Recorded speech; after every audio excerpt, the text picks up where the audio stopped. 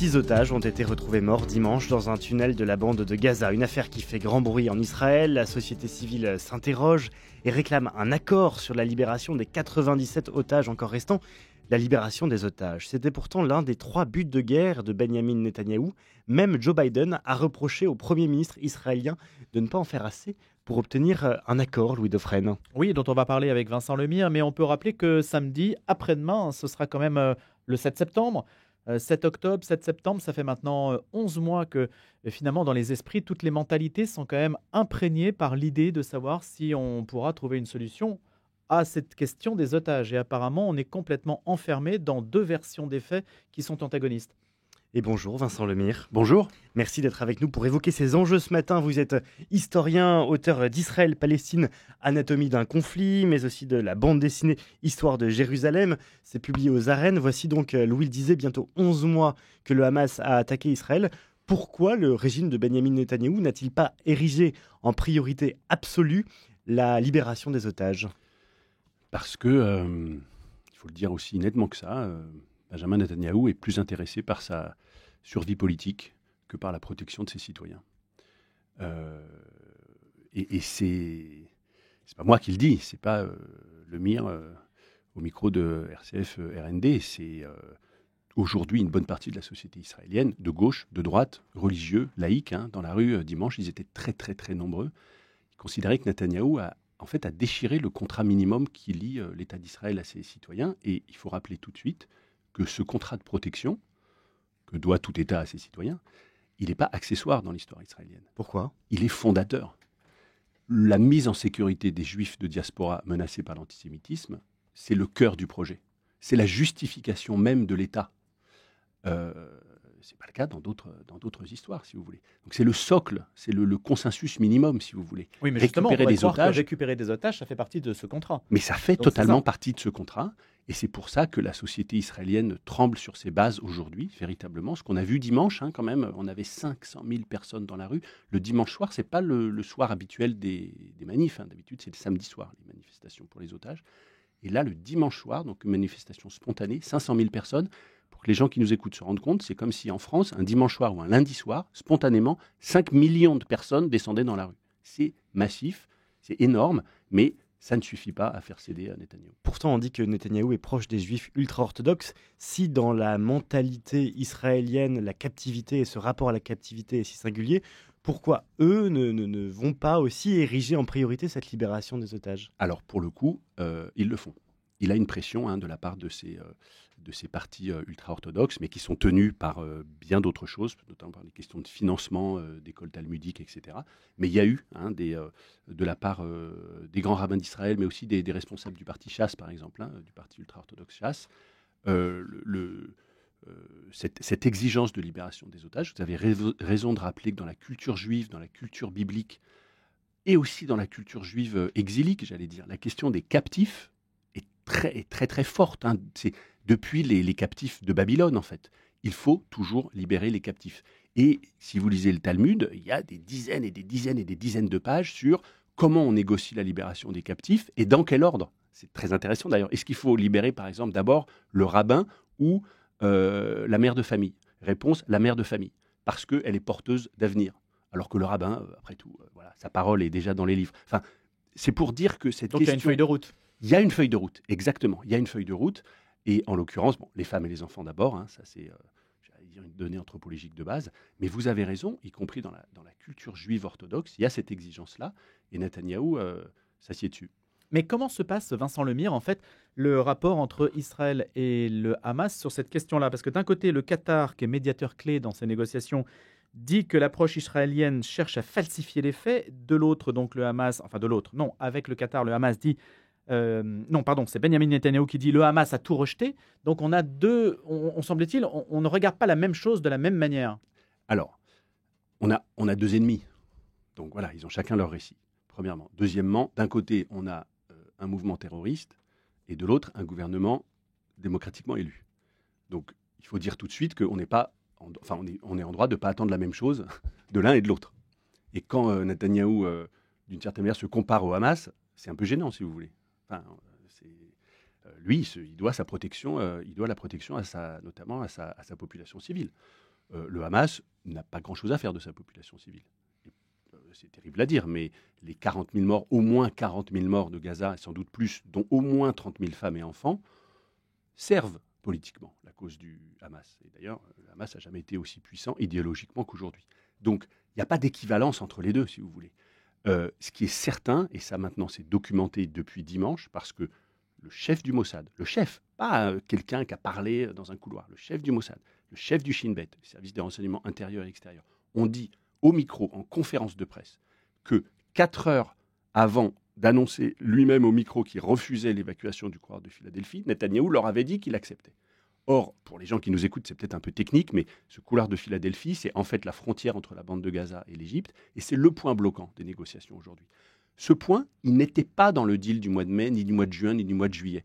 Netanyahou l'a sorti au mois de juillet pour créer un point bloquant. Il a même organisé un vote à l'intérieur de son cabinet de sécurité pour que ce soit d'une certaine manière juridiquement verrouillé, et pour se lier les mains, et ça bloque le deal, tout le monde le dit. Donc, honnêtement, et encore une fois, je ne fais pas d'équivalence entre Hamas et le gouvernement israélien. Honnêtement, celui qui bloque aujourd'hui, c'est Benjamin Netanyahou. Donc, qu'on comprenne bien, c'est bien Benjamin Netanyahou qui a introduit une clause qui fait que le Hamas ne peut pas accepter que la situation se débloque. Si on vous écoute, c'est ça. Clairement, puisque c'est une nouvelle clause par rapport au deal qui était plus ou moins accepté par les deux parties en mai, juin et début juillet. Sinon, les otages auraient été libérés.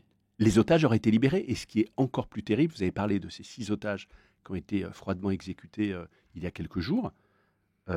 Sur ces 6 otages, on sait aujourd'hui qu'au moins 3 d'entre eux étaient sur la liste, leur nom était écrit sur la liste du deal du mois de mai et du mois de juin. 2 parce que c'était des jeunes femmes, et 1, Hersh, parce qu'il était blessé. Ce jeune homme qui était blessé, qui avait le bras coupé, parce qu'il avait renvoyé un certain nombre de grenades du Hamas de l'autre côté de l'abri antiaérien où il s'était réfugié avec ses copains. Mais le Hamas n'a-t-il pas intérêt à faire libérer des partisans de la cause pour laquelle il milite, qui sont emprisonnés en Israël, auquel cas les otages ont pour lui une valeur? Vous avez entièrement raison, et c'est d'ailleurs ce qui préserve pour l'instant la vie des otages, c'est qu'ils ont toujours une valeur. Quand un otage n'a plus de valeur, ça se termine mal. Ils ont toujours une valeur. Vous avez raison, il faut rappeler le premier deal, qui était au mois de novembre dernier. Ça nous semble être il y a un siècle, et qui avait bien fonctionné, qui avait été sur le plan logistique, sur le plan politique, qui avait été, on va dire, bien respecté par les deux parties. Le Hamas avait libéré les otages qui étaient prévus, et du côté israélien, on avait libéré un certain nombre de prisonniers. Et vous savez, on a parlé des otages dans la culture israélienne et dans la culture juive. Les prisonniers dans la culture palestinienne, cette société carcérale d'une certaine manière, où tout jeune homme sait qu'il va passer forcément un certain nombre de temps en prison, que ce soit quelques heures, quelques jours ou quelques années, c'est vraiment le consensus palestinien. Donc faire libérer des prisonniers pour un mouvement politique palestinien, c'est marquer des points. Nous sommes avec l'historien Vincent Lemire. Vincent Lemire, vous êtes spécialiste de Jérusalem. Il y a quelques jours, le ministre israélien de la Sécurité nationale a annoncé de son propre chef la fin du statu quo de 67 sur l'esplanade des mosquées. Que se passe-t-il sur l'esplanade des mosquées en ce moment? Il se passe que chaque année, à peu près 50 000 colons israéliens montent sur l'esplanade pour y prier. Non pas pour visiter, mais pour y prier. Ils y rentrent par une entrée que certains qui nous écoutent connaissent peut-être, qui est cette fameuse passerelle en bois actuellement, la porte des Maghrébins, qui est réservée aux touristes, d'accord, et qui d'ailleurs n'est ouvert qu'en dehors des heures de prière, d'accord. Je ne sais pas, Notre-Dame, quand ça va rouvrir, il y a toute cette question de la circulation entre les fidèles et les touristes. Dans n'importe quel lieu saint, en fait, il y a des gens qui sont là pour prier et des gens qui sont là pour visiter. Et les deux ont droit, ceux qui croient au ciel et ceux qui n'y croient pas, les deux ont droit à ce lieu, mais dans des horaires différents et pour y faire des choses différentes, d'accord. Si vous avez des gens qui rentrent à Notre-Dame et qui s'allongent par terre ou qui s'agenouillent en se tournant vers l'est ou vers le sud ou vers le je ne sais pas où, ça pose un problème. 50 000 personnes, j'ai dit, par an, et à la dernière fête de Tisha B'Av, la fête de Tisha B'Av, le 9 du mois de Av, donc qui commémore la destruction du premier et du second temple, on a eu 3 000 personnes qui sont montées dans la même journée. Donc c'est extrêmement important. Il y a une quinzaine d'années, on quantifiait ça à peu près 2 000 personnes par an. Là, c'était 3 000 en une seule journée. Donc il se passe qu'à l'extrême droite de l'échiquier politique israélien, notamment Itamar Ben-Gvir, a vraiment, Le ministre de la Sécurité le nationale. ministre de la Sécurité nationale, a pris fait et cause, en fait, pour ces associations du Troisième Temple, qu'on prenait un peu pour des farfelus il y a quelques années, et qui sont de moins en moins des farfelus. Il faut peut-être expliquer ce qu'est ce troisième temple et l'importance qu'il a dans la culture Alors, israélienne. Pour les gens qui nous écoutent, qui n'ont jamais été à Jérusalem, ce qu'on appelle l'esplanade des mosquées, ce que les Juifs appellent le mont du Temple, c'est en fait une acropole, hein, qui a toujours été une acropole. Et dans cette bande dessinée Histoire de Jérusalem, on raconte bien que ça a toujours été un lieu saint, un sanctuaire. C'est là que peut-être un certain David, puis Salomon, a créé, en fait, c'est le lieu, ce lieu, c'est le lieu de mémoire de l'Ancienne Alliance, en fait, hein, parce que c'est le lieu de mémoire du quasi-sacrifice du fils d'Abraham. Voilà, Abraham, Ibrahim. Ce lieu, c'est le lieu a priori où il y avait le premier temple, mais on n'en a pas de trace archéologique, et le lieu du second temple, le temple d'Hérode, en tout cas, c'est certain, celui où le rabbin Jésus va faire des siennes parce que les marchands du temple. Il est sans doute d'ailleurs au milieu d'un chantier, hein, parce que le temple d'Hérode, à ce moment-là, n'est pas fini. Et puis, quelques décennies après la crucifixion, ce second temple est détruit, hein, en 70 par les armées de Titus. Et puis, ce lieu ensuite va être, d'une certaine manière, complètement désacralisé, parce que dans la culture chrétienne, et ça c'est quelque chose de très très important, on le sait, il y a un autre temple qui est construit, qui va être le Saint-Sépulcre, avec un dôme, et c'est le temple de la Nouvelle Alliance. Quand les musulmans prennent Jérusalem, en 638, 635, on ne sait pas très bien, on raconte dans la BD un récit absolument incroyable entre le conquérant musulman et un rabbin yéménite plus ou moins converti. On sait que les juifs sont très très importants, hein, parmi les premiers musulmans. On parle toujours des racines juives du christianisme, mais les racines juives de l'islam sont très très importantes. Et c'est un rabbin qui montre aux conquérants le rocher d'Abraham, parce que évidemment c'est une colline de détritus que les chrétiens ont abandonné, etc. Et à ce moment-là, Omar, le calife Omar, lui dit alors, de quel côté on va prier? Et le rabbin lui dit on n'a qu'à prier vers ce rocher. Comme ça, la prière de Moïse rejoindra la prière de Mahomet. Et Omar lui dit non, tu es en train de rejoindre le judaïsme. On doit créer une nouvelle religion.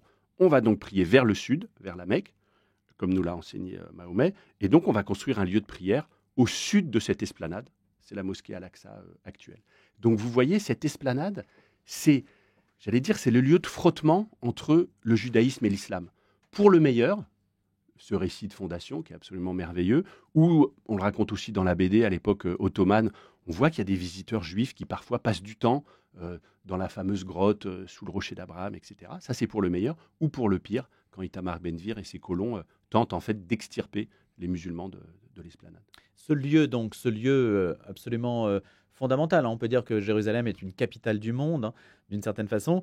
Est-ce qu'il y a un modus vivendi qui peut être définitivement trouvé, Vincent Lemire, pour que ce lieu reste sanctuarisé? Écoutez, dans la nuit du 10 au 11 juin 1967, les Israéliens ont pris une décision extrêmement lourde, c'est de détruire le quartier maghrébin qui se situait devant le mur occidental, donc immédiatement en contrebas de cette esplanade. Ils ont évacué 800 personnes en une soirée et ils ont détruit le quartier en une nuit pour créer ce que les gens ont peut-être en tête, ce parvis très minéral devant le mur occidental, dit également mur des lamentations. Et là-dessus peuvent se réunir plusieurs dizaines de milliers de fidèles juifs. Donc c'était d'une certaine manière la solution à deux esplanades. Moshe Dayan a dit il faut que les juifs se réunissent devant le mur occidental et que les musulmans sur l'esplanade des mosquées, sinon on va vers une guerre de religion. C'est un statu quo israélien que la communauté internationale demande de respecter. On n'est pas en train de parler du statu quo sur l'étoile de Bethléem ou sur le Saint-Sépulcre, et on dirait qu'il faudrait que les Israéliens, puisqu'ils en ont hérité, qu'ils sont puissance souveraine, il faudrait qu'ils respectent les équilibres entre les Arméniens, les Grecs et tout ça. Non, pour les gens qui nous écoutent, il faut qu'ils sachent que quand on parle du statu quo sur l'esplanade des mosquées, c'est un statu quo qui a été mis en place unilatéralement par les Israéliens en 67. Mais en quoi c'est l'affaire de celui-là la qu'on leur passerelle, demande de respecter. Vincent Lemire, en quoi l'affaire de la passerelle et de l'affluence de la passerelle des Maghrébins dont vous parliez à l'instant change-t-elle la donne, change-t-elle l'équilibre? Parce que cette passerelle est destinée à la visite des touristes. Quand vous avez 4000 personnes dans la journée qui viennent avec des châles de prière par l'entrée des touristes pour ensuite s'allonger, chanter, danser, sonner le chauffard sur un lieu saint musulman, je reprends l'exemple de Notre-Dame. Imaginez que des non-chrétiens rentrent par l'entrée des touristes pour se livrer à d'autres rites que le rite chrétien. Ça poserait des problèmes. Mais ce lieu musulman n'est pas arbitré par les musulmans. Ils n'ont aucune prise sur ce lieu ? Si, alors le Waqf, c'est-à-dire, c'est un peu technique, mais on va dire l'autorité des fondations musulmanes, qui a des origines juridiques très très anciennes, hein, presque aussi anciennes que l'islam. C'est un lieu juridiquement, du point de vue du droit international, c'est un lieu jordanien. Hein. On est à Jérusalem-Est, donc on est en Cisjordanie, c'est-à-dire en fait, du point de vue du droit international, en Jordanie. Le Waqf jordanien, normalement, a une autorité. Donc il pourrait dire non à cette affluence. C'est ce qu'il fait, mais il n'a pas les moyens. En face de lui, il a une puissance occupante, qui est une puissance policière, militaire. Et surtout, il a des... Parce qu'à la limite, les gens de la sécurité et les militaires, comme vous le savez, sont souvent les gens les plus lucides et les plus sérieux. Et donc les Israéliens eux-mêmes savent que c'est une poudrière. Mais il a en face de lui des gens qui ont un agenda politique, l'extrême droite israélienne suprémaciste, qui veut en fait mettre le feu aux moyens de cette nouvelle guerre de religion. Merci beaucoup Vincent Lemire d'être venu ce matin. Vous êtes historien, auteur d'Israël-Palestine, Anatomie d'un conflit, c'est aux arènes, et aussi la bande dessinée Histoire de Jérusalem dont vous nous parliez.